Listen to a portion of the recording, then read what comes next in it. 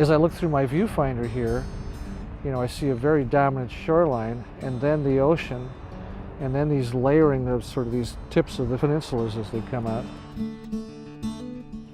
My frame kind of goes around the top of the clouds, cuts back over, takes in these rocks, and goes out, and just includes that tip of land there. So it's a very nice little composition.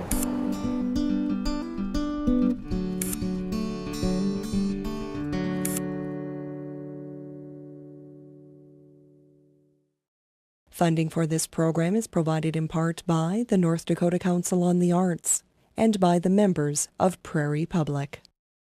22/4.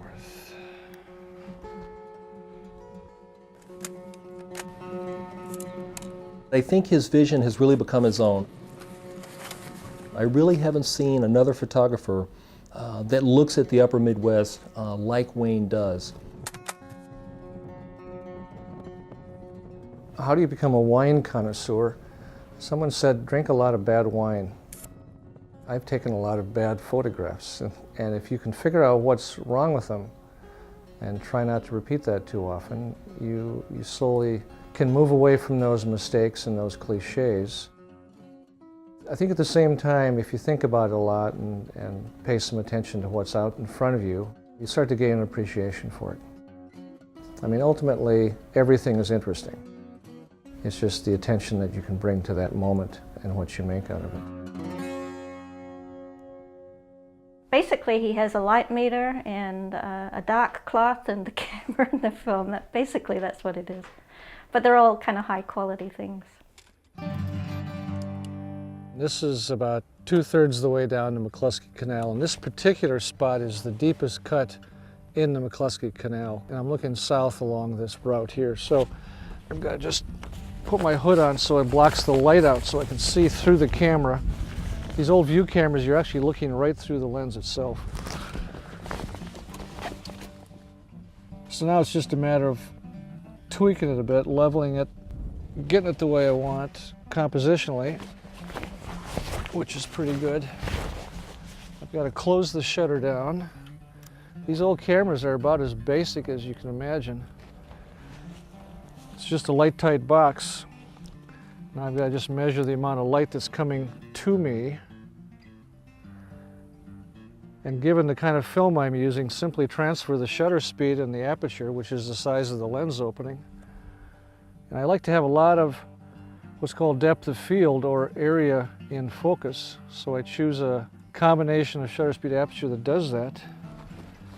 Then close the shutter. Drop in a film holder here. I've got 2 sheets per film holder. Pull this out, cock the shutter. It's kind of like a dance. It's almost hard to talk about because I can just sort of do it in my sleep. And then I just sort of watch for any little subtlety, be it some animal or the way the water is being ruffled by the wind, and make the shot. Put the film holder back in.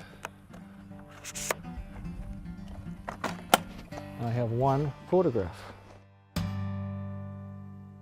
When I was in the Navy, I was on a ship that was stationed on Guam, and it was really boring.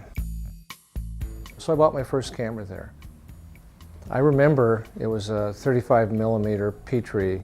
I must have paid $40 for it. And I went out on a beach one morning and figured out how to mechanically work it. But then, as I was about to take my first picture, I was sort of hit with this profound moment of, well, okay, I've got it, but what do I really point it at? And that's been the question since. Where do you stand and what do you point it at? And the question I ask of myself is asked in a more precise way the longer I do it. I really think that his black and white photography gives us a stronger, more direct reading of the landscape. With the color not sort of distracting you, you really get to focus what's important to Wayne as the artist, the things that he's selecting, but really paying attention to his sense of artistry.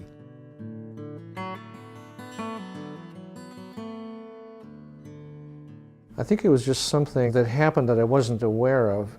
I was just able to make pictures and they happened to be in black and white. I just kept making them and found that I really liked being able to describe things in black and white.